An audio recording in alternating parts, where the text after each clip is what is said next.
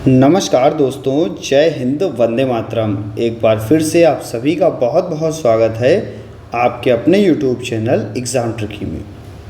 बात करेंगे दोस्तों यहाँ पर हम थेरेपेटिक्स के पेपर की, जो कि आपका डीएड स्पेशल एजुकेशन आईडीडी का पेपर नंबर 9 है। पेपर नंबर 9 और किसका भैया? सेकेंड ईयर के स्टूडेंट का। तो थेरेपी में आपका हम बात करेंगे कि स्पीच थेरेपी क्या है, ऑक्यूपेशनल थेरेपी क्या है, और बहुत सारी ऐसी थेरेपी जिन पर हम लोग यहाँ पर चर्चा करने वाले हैं। तो सबसे पहले यूनिट 1 में आपको देखने को मिलेगा concept and understanding of clinical therapist, जिसके अंतर्गत हम कह सकते हैं दिव्यांग बच्चों के लिए चिकित्सा की परिभाषा, अवधारणा और महत्व। Definition, need and importance of therapies for children with developmental disability. सबसे पहले हम लोग जानेंगे,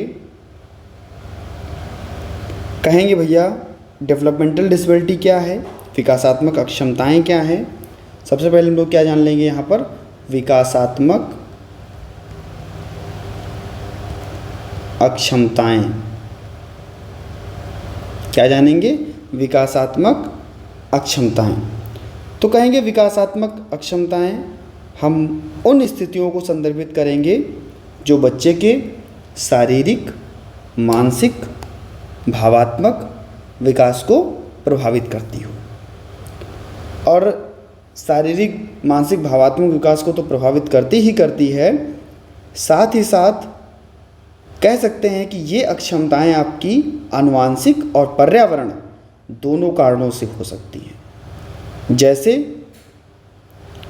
आपका भौतिक अक्षमता, autism spectrum disorder, cerebral palsy, down syndrome.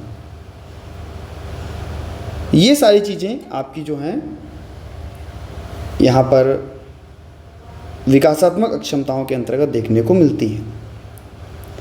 तो जब हम लोग बात करते हैं आगे, तो कहते हैं कि भैया दिव्यांग बच्चों के लिए चिकित्सा थेरेपी एक प्रकार की उपचारात्मक प्रक्रिया है जो बच्चों की शारीरिक, मानसिक, भाषाई और सामाजिक क्षमताओं को सुधारने में मदद करती है। इसमें विभिन्न प्रकार की थेरेपी शामिल होती है, जैसे कि भाषण थेरेपी, स्पीच थेरेपी, या शारीरिक थेरेपी, या व्यावसायिक और व्यवहार चिकित्सा। ये सारी चीज़ें जो हैं यहाँ पर शामिल होती हैं। तो कहते हैं कि भाई व्यवहार चिकित्सा क्या होता है? क्या कहेंगे कि व्यवहार चिकित्सा क्या है? तो कहेंगे कि भाई इन उपचारों के उद्देश्य व्यवहार पैटर्न को संशोधित करना और सकारात्मक सुदृढ़ीकरण, पुनरावृत्ति और संरचित हस्तक्षेपों के माध्यम से नए कौशलों को सिखाना। इसके अंतर्गत applied behaviour analysis, cognitive behaviour analysis ये आपको देखने को मिलती है। अगर हम लोग बात करते हैं यहीं पर भाषा थेरेपी यानी कि स्पीच थेरेपी की, तो स्पीच थेरेपी में हम लोग क्या कहते हैं कि भाई स्पीच थेरेपी जो आपका ये उपचार भाषा और सामाजिक संचार सहित जो संचार के कौशल हैं इनमें प्राप्त होते हैं। इसके लिए स्पीच थेरेपी, ऑगमेंटेटिव थेरेपी और अल्टरनेटिव कम्युनिकेशन ये सारी चीज़ें शामिल की जाती हैं। मैं यहाँ पर थोड़ा थोड़ा आपको बताते हुए चल रहा हूँ। अगर कहे व्यावसायिक थेरेपी या व्यावसायिक उपचार की बात करें, तो कहेंगे भैया इन उपचारों का उद्देश्य दैनिक जीवन में आवश्यक कौशल विकास करना और इसका सुधार करना। दैनिक जीवन के कौशल विकास, चाहे आपका सूक्ष्मगामक कौशल हो या स्थूलगामक कौशल हो, चाहे बच्चे का संवेदी प्रसंस्करण हो, इन सभी चीज़ों का क्या करना? कौशल विकास करना या सुधार करना। इसके लिए सेंसरी इंटीग्रेशन थेरेपी ये भी इसमें शामिल होती है। तो ये चीज़ें आपको यहाँ पर हमने बताई। इसके बाद में हम लोग बात करते हैं कि भाई आखिरकार थेरेपी की आवश्यकता क्या है? आखिरकार थेरेपी की आवश्यकता क्या है? तो कहेंगे स्वतंत्रता बढ़ाना। स्वतंत्रता बढ़ाना किसकी? भैया किसी भी बच्चे को अगर किसी भी थेरेपी की आवश्यकता है, चाहे वो चिकित्सा की हो, तो इसके लिए बच्चों को अधिक स्वतंत्र बनाने में क्या करती है, मदद करती है, वे दैनिक क्रियाओं को स्वयं से कर सकें, जिससे वे दैनिक क्रियाओं को स्वयं से कर सकें। इसके लिए स्वतंत्रता बढ़ाना चिकित्सा बच्चों को अधिक स्वतंत्रता बनाने में मदद करती है, जिससे कि वे दैनिक क्रियाओं को स्वयं से कर सकते हो। संचार कौशल में सुधारना, संचार कौशल यानी कि भाषाई थेरेपी, स्पीच थेरेपी और बच्चों को प्रभावी ढंग से संवाद कौशल बनाना। शारीरिक क्षमता बढ़ाना, थेरेपी के द्वारा हम बच्चे की शारीरिक क्षमता बढ़ा सकते हैं, जैसे कि मोटर स्किल्स, शारीरिक शक्ति, इसको सुधारने में मदद मिल सकती है। शिक्षा में सुधार यानी कि चिकित्सा बच्चों की शैक्षिक सफलता में सुधार करने के लिए सहायता करती है। और भैया सामाजिक कौशलों को बढ़ाना, जो चिकित्सा बच्चों को सामाजिक रूप से बेहतर समझने और मेलजोल को बढ़ाने में मदद करती है।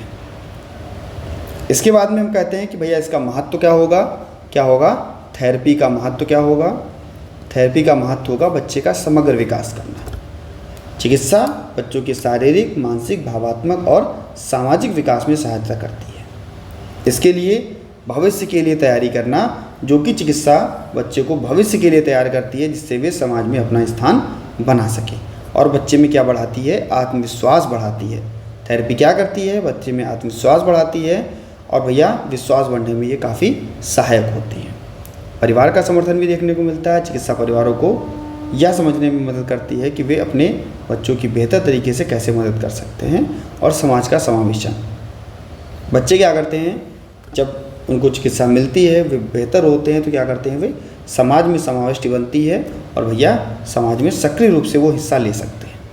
चिकित्सा बच्चों के विकास, उनके जीवन की गुणवत्ता और इसमें वर्तमान आवश्यकताओं को पूरा करने में मदद करती है, बल्कि उसे आत्मनिर्भर बनाती है और सफल भविष्य के लिए अग्रसर करती है। तो ये आपको चिकित्सा के बारे में बताया गया, ठीक है, कि आखिरकार चिकित्सा क्या है। इसके बाद में बात करते हैं हम लोग बिहेवियरल थेरेपी की, यानी कि व्यवहार चिकित्सा की। किसकी बात करेंगे, बिहेवियरल थेरेपी की बात करेंगे, व्यवहार चिकित्सा की बात करेंगे। तो इसका भैया बात करेंगे, इसके अंतर्गत आपकी फुल फॉर्म भी आपसे पूछ लेता है, कभी कभी पूछ लेता है CBT की फुल फॉर्म। तो हम कहेंगे CBT की फुल फॉर्म होती है कॉग्निटिव बिहेवियर थेरेपी। इसके बाद में PBIS की फुल फॉर्म पूछ लेता है, तो कहेंगे पॉजिटिव बिहेवियरल इंटरवेंशन सपोर्ट। ये फुल फॉर्म आपसे पूछी जा सकती है। तो यहाँ पर क्या करना है, मैनेजमेंट करना है प्रॉब्लम बिहेवियर का। तो हम कहेंगे चिकित्सा यानी कि बिहेवियरल थेरेपी के अंतर्गत हम सबसे पहले बात करेंगे व्यवहार चिकित्सा की। किसकी बात करेंगे, व्यवहार चिकित्सा की बात करेंगे। कहेंगे व्यवहार चिकित्सा एक प्रकार की उपचार प्रक्रिया है, जो बच्चे के अवांछित या समस्या वाले व्यवहार को पहचानने और उसको बदलने में मदद करती है। इसका उद्देश्य बच्चों को सकारात्मक और सामाजिक रूप से स्वीकार्य व्यवहार सिखाना है। इसमें जो भी समस्या व्यवहार प्रबंधन है, यानी कि मैनेजमेंट ऑफ प्रॉब्लम बिहेवियर, इसकी पहचान करना, इसका कारण समझाना और व्यवहार को बदलना। कह सकते हैं कि इसको पहचानने में सबसे पहले समस्या वाले व्यवहार की पहचान की जाएगी, जैसे बच्चे में क्या आक्रामकता है, क्या हानि है और कहाँ पर बच्चा अनुशासन दिखा रहा है। तो हम क्या करेंगे, सबसे पहले हम उस व्यवहार की, उस समस्या व्यवहार की क्या करेंगे, पहचान करेंगे जो कि बच्चा कर रहा होगा। इसके बाद में उसके कारणों को समझेंगे कि आखिरकार जो ये समस्या व्यवहार बच्चा कर रहा है वो किन कारणों से कर रहा है। यह कारण जानने की कोशिश करेंगे कि इन व्यवहारों का कारण क्या है। इसका पारिवारिक, सामाजिक और शैक्षिक कारकों का विश्लेषण हम लोग करेंगे। इसके बाद क्या करेंगे भैया, हम लोग व्यवहार को जो है वो बदलेंगे, व्यवहार को बदलेंगे। इसके लिए हम क्या कर सकते हैं, बच्चे को व्यवहार जब बदलेंगे, जो अवांछित व्यवहार है उसको क्या किया जाएगा, कम करने की कोशिश की जाएगी। इसमें हम लोग सकारात्मक सुदृढ़ीकरण यानी कि पॉजिटिव रीइंफोर्समेंट लगाएंगे। बच्चे के साथ हम समय टाइम आउट कर सकते हैं और व्यवहार अनुसंधान यानी कि बिहेवियर कंटेंट्स जो है उनको शामिल कर सकते हैं। ये जब आप लोग फर्स्ट ईयर में थे तो यही चीज़ें आपको पढ़ने को मिली थी। आपका चाइल्ड डेवलपमेंट का जो पेपर था और उसके यूनिट 5 में यही चीज़ें आपको पढ़ने को मिली थी जो यहाँ पर मैं बात कर रहा हूँ। जो हमारे बच्चे थे समस्या व्यवहार वाले, प्रॉब्लम बिहेवियर मैनेजमेंट की, वहाँ पर इसकी चर्चा बहुत अच्छे से की गई थी। इसके बाद में निगरानी और समायोजन की बात करेंगे निगरानी और समायोजन की। तो कहेंगे कि बच्चों के व्यवहार में सुधार के लिए नियमित निगरानी और इसकी आवश्यकता अनुसार रणनीतियों का समायोजन किया जाता है। इसके बाद में हम बात करते हैं कॉग्निटिव बिहेवियर थेरेपी यानी कि CBT की। तो कहेंगे CBT क्या है, तो ये फुल फॉर्म भैया ज़रूर याद कर लीजिएगा, जितने भी लोग यहाँ पर हो। बहुत बार आपके एग्ज़ाम में फुल फॉर्म आपसे पूछी भी गई है। पिछली बार 2 बार एग्ज़ाम हुए, दोनों बार ये फुल फॉर्म आपसे पूछी गई। CBT एक प्रकार की मनोवैज्ञानिक उपचार प्रक्रिया है जो विचारों और व्यवहार के बीच का संबंध केंद्रित करती है। क्या करता है ये कि विचार और भावनाएं, CBT यह मानती है कि बच्चों के नकारात्मक विचार और गलत धारणाएं उनके नकारात्मक व्यवहार और भावनाओं को बढ़ावा देती है। CBT कहता है कि अगर बच्चे में नकारात्मक व्यवहार है, नकारात्मक घटनाएं हैं, तो क्या होगा कि बच्चे के वो गलत व्यवहार को बढ़ावा देंगी, उनकी गलत भावनाओं को बढ़ावा देंगी।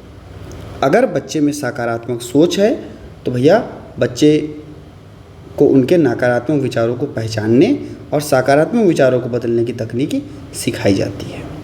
इसमें क्या होगा, बच्चे का व्यवहार परिवर्तन हो सकता है। यानी कि अगर हम व्यवहार परिवर्तन की बात करते हैं तो बच्चों के सकारात्मक व्यवहार को अपनाने के लिए प्रेरित किया जाएगा और भैया उनकी सोच और भावना में सुधार लाता है। कौन? आपका CBT।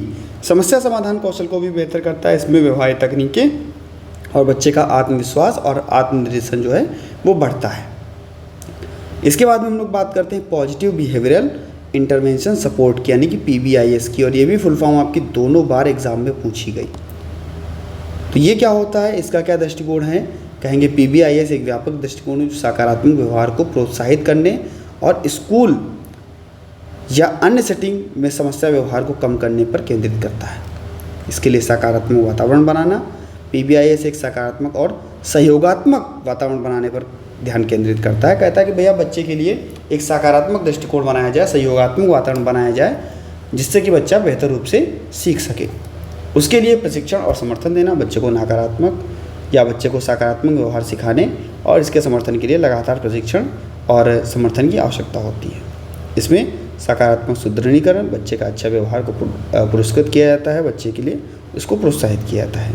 इसमें क्या किया जाता है, डेटा संचालित किया जाता है, डेटा संचालित करके निर्णय लिया जाता है। जो भी नियमित निगरानी है उसको देखते हुए डेटा के आधार पर हस्तक्षेप की जो योजनाएं हैं वो बनाई जाती हैं। इसमें स्कूल व्यापी दृष्टिकोण PBIS को स्कूल में सभी स्तरों पर लागू किया जाता है, जिससे कि सभी बच्चों को लाभ मिल सके और सकारात्मक संस्कृति विकसित हो सके। तो कहेंगे कि भैया व्यवहार चिकित्सा यानी कि CBT और PBIS बच्चों के व्यवहार में सकारात्मक बदलाव लाने के लिए महत्वपूर्ण उपकरण हैं, जो तकनीकें बच्चों को न केवल उनके वर्तमान समस्या को सुधारने में मदद करती हैं, बल्कि उन्हें एक सकारात्मक उत्पादक जीवन जीने के लिए भी तैयार करती हैं।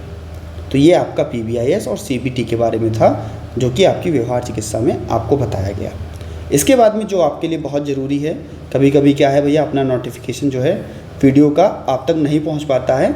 जब 4 से 5 वीडियो दिन में अपलोड हो जाती हैं तो उनका नोटिफिकेशन आप तक नहीं पहुंचता है। तो उसके लिए आप टेलीग्राम ग्रुप ज्वाइन कर लीजिए, जिसका नाम है exam tricky for special education. Link भैया वहाँ तक आपको शेयर होती रहेगी, और सभी मित्रों तक एक बार वीडियो को शेयर कर दीजिएगा। वीडियो अच्छी लगी हो तो वीडियो को लाइक करना ना भूलिएगा भैया, लाइक करके ज़रूर जाइएगा, और चैनल को सब्सक्राइब करने के बाद में बेल आइकन में ऑल का ऑप्शन प्रेस कर दीजिएगा। बात करते हैं भैया यूनिट 1.3 की। तो कहेंगे ऑक्यूपेशनल थेरेपी यानी कि व्यावसायिक चिकित्सा। इसकी परिभाषा, उद्देश्य और कक्षा में तकनीकों की बात करेंगे। तो कहेंगे व्यावसायिक चिकित्सा एक प्रकार की उपचार प्रक्रिया है जो बच्चों के दैनिक जीवन की गतिविधियों को प्रभावी ढंग से करने में मदद करती है। इसका उद्देश्य शारीरिक, मानसिक और संवेदी क्षमताओं को सुधारना और बच्चे को स्वतंत्र जीवन जीने के लिए सक्षम बनाता है। क्या इसका उद्देश्य होगा? इसका उद्देश्य होगा बच्चों की स्वतंत्रता को बढ़ाना, यानी कि बच्चे अपने दैनिक जीवन के कार्यों को स्वयं से करने लगें, इसको सक्षम बनाएं, जैसे कि खाना खाना, कपड़े पहनना और व्यक्तिगत स्वच्छता रखना। शारीरिक क्षमता में सुधार, बच्चे की मोटर स्किल्स में सुधार भी होना चाहिए, यानी कि बच्चे की सूक्ष्मगामक कौशल और स्थूलगामक कौशल में भी सुधार होना चाहिए। और भैया क्या होना चाहिए, आई हैंड कोऑर्डिनेशन भी बच्चे का सुधरना चाहिए, बेहतर होना चाहिए। बच्चे का संवेदीकरण, संवेदी समस्याओं को पहचानना और उसका प्रबंधन करना क्या कहलाता है आपका, संवेदीकरण, जहाँ पर बच्चा इसको प्रदर्शित करता है तो उसको हमको पहचानना और उसको प्रतिबंधित करना। शैक्षिक सफलता, बच्चे को स्कूल के कामों में मदद करना, जैसे कि लिखना, काटना और अन्य शैक्षिक गतिविधियाँ। सामाजिक कौशल, बच्चे की सामाजिक और तौर तरीके से सामूहिक गतिविधियों में भाग लेने के लिए तैयार करना। तो ये आपको देखने को यहाँ पर मिलता है। इसके क्षेत्र क्या क्या होंगे, तो क्षेत्र होंगे भैया बच्चे की दैनिक जीवन की गतिविधियों को सुधारना, यानी कि ये सारी चीज़ों को सुधारना। इसके बाद में शैक्षिक गतिविधियों में बच्चे के स्कूल के कार्य, लिखना पढ़ना और कला कौशल, खेल और अवकाश, खेल और अन्य मनोरंजन गतिविधियों के माध्यम से भाग लेना। सामाजिक सहभागिता, यानी कि बच्चों को सामाजिक तौर तरीके सिखाना और भैया इसका कह सकते हैं इसके प्रति मित्रता बढ़ाना। और भैया संवेदीकरण, जहाँ पर संवेदी समस्याओं का प्रबंधन, जैसे कि स्पर्श, आवाज़ और दृष्टि के माध्यम से इन्हें संवेदनशील बनाना। कक्षा में कौन कौन से तरीके हम अपनाएंगे, कक्षा में हम कौन कौन से तरीके अपनाएंगे बच्चे को जब ओटी कराई जाएगी तब, तो कहेंगे भैया इनका क्या करेंगे हम लोग, मोटर कौशल जो है वो विकसित करेंगे, यानी कि फाइन मोटर कौशल हम विकसित करेंगे, जैसे पेन पकड़ना, पेंसिल पकड़ना, कागज़ को फाड़ना, कागज़ को काटना, कागज़ को चिपकाना। ऐसी गतिविधियाँ जो हमने उंगलियों के माध्यम से करते हैं, लेखन अभ्यास के अंतर्गत बच्चे को पेंसिल पकड़ना, लिखने से सहायक तकनीक को सिखाना, कटिंग और पेस्टिंग के माध्यम से कागज़ काटने और चिपकाने की गतिविधियों को करना, क्ले मॉडलिंग के आधार पर क्ले को विभिन्न आकार देना, क्ले होती है ना उसको विभिन्न आकार देना, गोला बनाना उसका, और काफ़ी सारी चीज़ें। इसके बाद में हम लोग ग्रॉस मोटर की बात करते हैं, यानी कि अपने पैरों की बात करते हैं जो हम लोग अपने ग्रॉस मोटर की माध्यम से कर सकते हैं। तो कहेंगे भैया बैलेंसिंग बनाना, संतुलन बनाना, और भैया रस्सी कूदना, उछल कूद करना, फुटबॉल मारना, भागना, कूदना, दौड़ना, सीढ़ी पर चढ़ना, ये सारी चीज़ें आपकी जो आती हैं ग्रॉस मोटर के अंतर्गत आती हैं। इसके बाद में बच्चे का सेंसरी इंटीग्रेशन, यानी कि सेंसरी इंटीग्रेशन में संवेदीकरण में हम क्या कहेंगे, विभिन्न प्रकार की सामग्रियाँ जैसे रेत, चावल बीनना, और भैया एक दूसरे में क्या, मान लीजिए चावल को हम बिनवा रहे हैं बच्चे से, रेत को हम लोग इधर उधर करवा रहे हैं, तो ये सब चीज़ों को हम लोग इधर उधर डालना और इनको उठवाना, और जो भी संवेदी गतिविधियाँ हैं इनको और शामिल करना।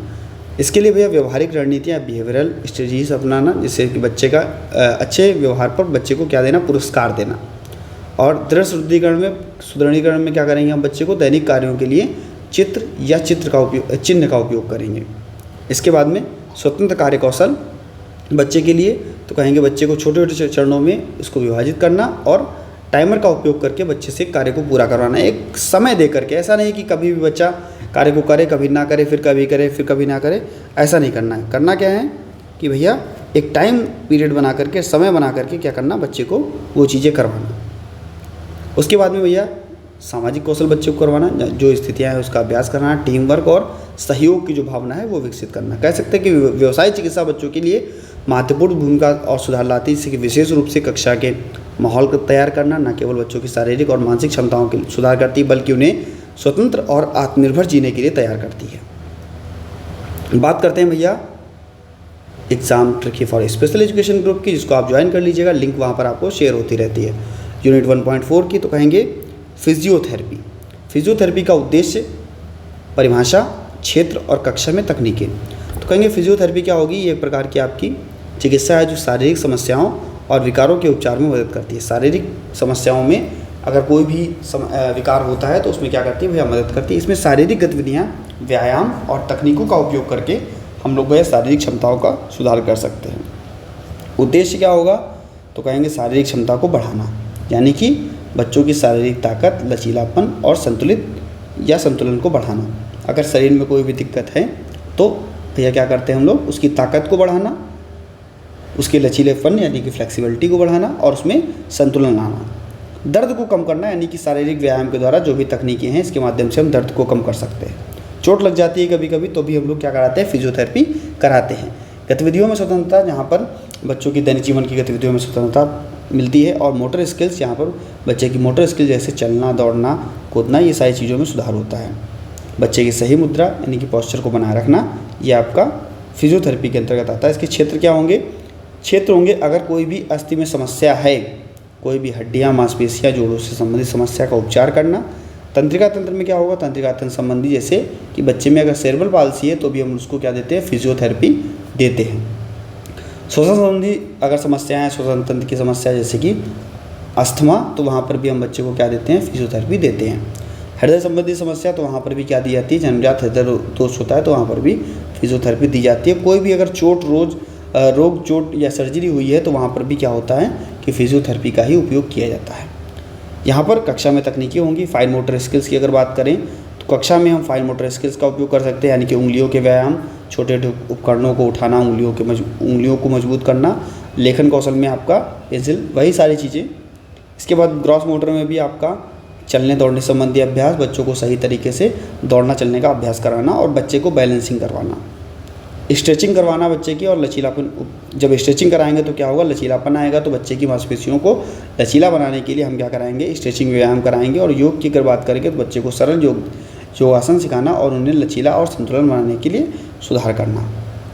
शारीरिक गतिविधियाँ होंगी जहाँ पर बच्चे को खेल के माध्यम से बैडमिंटन और बास्केटबॉल के माध्यम से हम लोग बच्चे को डांस और संगीत के माध्यम से हम लोग क्या कर सकते हैं, मूवमेंट करा सकते हैं, मूवमेंट एक्सरसाइज करा सकते हैं। श्वसन व्यायाम भी करा सकते हैं। श्वसन व्यायाम में भी हम कह सकते हैं कि बच्चे को सांस लेने का अभ्यास, ताकि बच्चा सही तरीके से सांस ले सके।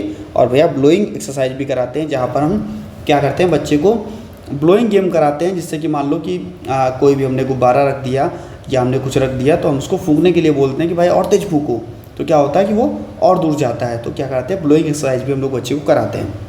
पुनर्वास की तकनीकें भी अपनाई जाती हैं, जैसे प्रोप्रियोसेप्टिव न्यूरोमस्कुलर फैसिलिटेशन, जिसको हम लोग PNF कहते हैं। तो इसके आधार पर मांसपेशियों की ताकत और गतिशीलता में सुधार लाना।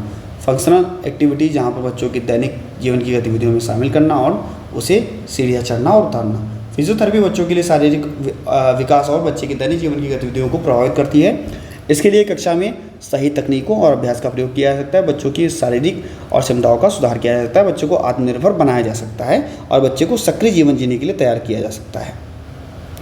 भैया आप लोग तो सेकेंड ईयर में हो, जितने भी हमारे दोस्त यहाँ पर जुड़े हुए हो सेकेंड ईयर में हो, आपको पता है कि अगर आपने फर्स्ट ईयर में भी वीडियोज़ देखी होंगी तो बहुत सारी हेल्प आपको यहाँ से मिली होगी। तो अगर हेल्प मिली है दोस्तों, तो अपने इस परिवार को इतना शेयर कर दो भैया कि अगर हम 60,000 लोग एक साथ में जुड़े हैं तो एक एक व्यक्ति को भी जोड़ेंगे तब भी कितना हो जाएगा, 1.2 के, यानी कि 1,20,000 लोग हो जाएंगे अपने पास। तो ज़्यादा से ज़्यादा लोगों तक, आपके घर में कोई भी ऐसा आपका भाई बहन हो जो D.Ed स्पेशल एजुकेशन से कर रहा हो, तो भैया आप उन सभी को शेयर करके अपने इस टारगेट को पूरा कीजिए। जो कि टारगेट अपना क्या है कि अपने पास भैया 1,00,000 लोग जो हैं वो हो जाए तो थोड़ा अच्छा लगता है कि चलो भाई, अगर आप लोगों ने नंबर 1 चैनल एग्जाम ट्रैकी परिवार को बनाया है तो अपने पास सदस्यों की संख्या भी उतनी होनी चाहिए जितना कि लोग देखें तो अच्छा लगे। तो कम से कम 1,00,000 लोगों का टारगेट है कि अब आप देखते हैं कि भैया कितने दिनों में इस टारगेट को आप लोग कंप्लीट करते हो। भाषा चिकित्सा यानी कि स्पीच थेरेपी की बात होती है, जहाँ पर परिभाषा, उद्देश्य इसकी बात करेंगे तो स्पीच थेरेपी कहेंगे बच्चे को भाषण और भाषा का विकास कराना, बच्चे को बोलने संबंधी जो और सुनने और जो समझने संबंधी जो क्षमताएं हैं उसमें बच्चे का उन क्षमताओं का क्या करना, बच्चे को उन क्षमताओं का सुधार करना, बच्चों को बेहतर बनाना संचार के माध्यम में, भाषा के माध्यम में संचार विकारों को पहचानना और भैया उसका आकलन करना और उसका इलाज करने की मदद करना, जिससे कि बच्चे को बोलने, सुनने और समझने और संवाद करने में जो क्षमताएं हैं उसमें सुधार हो सके। उद्देश्य क्या होगा कि भैया भाषण में सुधार किया जाएगा, स्पीच में सुधार किया जाएगा, बच्चों की उच्चारण और ध्वनियों को सही से उपयोग में सुधार करना, भाषाई विकास करना, बच्चे का लैंग्वेज डेवलपमेंट करना, जहाँ पर बच्चे की भाषा समझने और उसको उपयोग करने में उसको मदद मिल सके, बच्चे का संचार क्षमता, बच्चे की संवाद करने की और उसको प्रभावी ढंग से आत्मविश्वास बनाना, सामाजिक सहभागिता, बच्चों को सामाजिक स्थितियों को संवाद करने के लिए बेहतर बनाना, शारीरिक सफलता में बच्चे की उपलब्धियों को बेहतर करना। इसमें क्या होगा, इसके क्षेत्र क्या होंगे तो कहेंगे आर्टिकुलेशन विकार। आर्टिकुलेशन विकार यानी कि उच्चारण में बच्चे को क्या होगी, कठिनाई होगी, जहाँ पर ध्वनियों का सही से उच्चारण बच्चा नहीं कर पाएगा, जहाँ पर ध्वनियों का बच्चा सही से उच्चारण नहीं कर पाएगा। यहाँ पर क्या होगा, फ्लुएंसी विकार जैसे कि बच्चे जब कुछ भी बोलेगा तो बच्चा रुक रुक कर उस चीज़ को बोलेगा, बच्चा हकला कर उस चीज़ को बोलेगा। वॉइस विकार में क्या होगा कि आवाज़ की गुणवत्ता जो है, बच्चा बोलेगा भी तब भी आपको चीज़ें समझ में नहीं आएंगी, जैसे कि आवाज़ टूटना या कमज़ोर होना। इसके बाद में भाषा विकार की बात करें तो भाषा समझने और सही तरीके से उपयोग करने में कठिनाई। सामाजिक संचार विकार की बात करें तो वह समाज के संवाद और इसको करने में समस्या। कक्षा में क्या क्या तकनीकें अपनाएंगे तो बच्चे को हम क्या कराएंगे, आर्टिकुलेशन एक्सरसाइज कराएंगे, बच्चे को हम ध्वनि का अभ्यास कराएंगे, ध्वनियों का सही उच्चारण करने का तरीका सिखाएंगे, और दर्पण के सामने यानी कि शीशे के सामने यानी कि मिरर के सामने क्या करेंगे, बच्चे को बिठाएंगे और उसका क्या करेंगे, अभ्यास कराएंगे, जिससे कि वो मुंह की हरकतों को देख सकेगा और बोलने में उसकी सुधार हो सकेगा। इसके बाद में बच्चे की अगर लैंग्वेज डेवलप करनी है, भाषा विकास करना है, तो हम चित्र वाली पुस्तकें, बच्चों को चित्र वाली पुस्तकें दिखा करके कहानी सुनाएंगे, जिससे कि वो प्रश्न पूछेगा। और क्या होगा, वर्ड गेम भी हम लोग करा सकते हैं, बच्चे को शब्द खेल और स्क्रैबल और फ्लैश कार्ड का उपयोग कर सकते हैं। इसके बाद में हम लोग फ्लुएंसी टीचिंग ट्रेनिंग की बात करेंगे, जहाँ पर रिदम टीचिंग की बात होगी, जहाँ पर बच्चे की ताल के साथ साथ बोलने का अभ्यास कराया जाएगा। और अगर बच्चा धीमा है या नियंत्रित बोल रहा है तो धीरे धीरे उसको हम स्पष्ट बोलने की तकनीक सिखाएंगे। वॉइस थेरेपी भी कर सकते हैं, स्वर का अभ्यास बच्चे को कराएंगे, सांस लेने के लिए व्यायाम करवाएंगे। ये सारी चीज़ें जो हैं आवाज़ की गुणवत्ता को बढ़ाती हैं, स्वर की गुणवत्ता को बढ़ाती हैं। बच्चे का कम्युनिकेशन स्किल बेहतर करेंगे, जहाँ पर बच्चे को हम क्या कराएंगे, बार बार अभ्यास कराएंगे और बच्चे को हम क्या करेंगे, प्रोत्साहित करेंगे। इसके लिए सुनने की क्षमता बच्चे की बेहतर होनी चाहिए, इसमें ऑडिटरी डिस्क्रिमिनेशन का प्रयोग करेंगे और सुनने वाले खेलों का हम लोग प्रयोग करेंगे, जैसे कि संगीत सुनना, प्रश्न पूछना, ये सारी चीज़ें। कॉग्निटिव लैंग्विस्टिक टेक्निक का प्रयोग करेंगे, CLT का हम लोग प्रयोग करेंगे, जहाँ पर संज्ञात्मक भाषाई तकनीक होंगी, जहाँ पर बच्चे की याददाश्त, संज्ञानात्मक क्षमता को बेहतर बनाया जाएगा और समस्या समाधान जो है वो किया जाएगा। कह सकते हैं कि भैया भाषा चिकित्सा बच्चों के संचार और भाषाई विकास के लिए अत्यंत महत्वपूर्ण होती है। कक्षा में सही तकनीक अभ्यासों का उपयोग कराना और बच्चे की भाषण और संवाद करने की क्षमताओं को सुधार करना, यह न केवल उनके शैक्षिक प्रदर्शन को सुधार करती है बल्कि आत्मविश्वास और स्वतंत्रता को भी बढ़ाती है। तो इस प्रकार से भैया आपका यूनिट 1 जो है वो समाप्त होता है। बहुत बहुत धन्यवाद, आप सभी ने वीडियो को वॉच किया और वीडियो को लाइक करना ना भूलिएगा। सभी मित्रों तक वीडियो को शेयर कर दीजिएगा। धन्यवाद दोस्तों।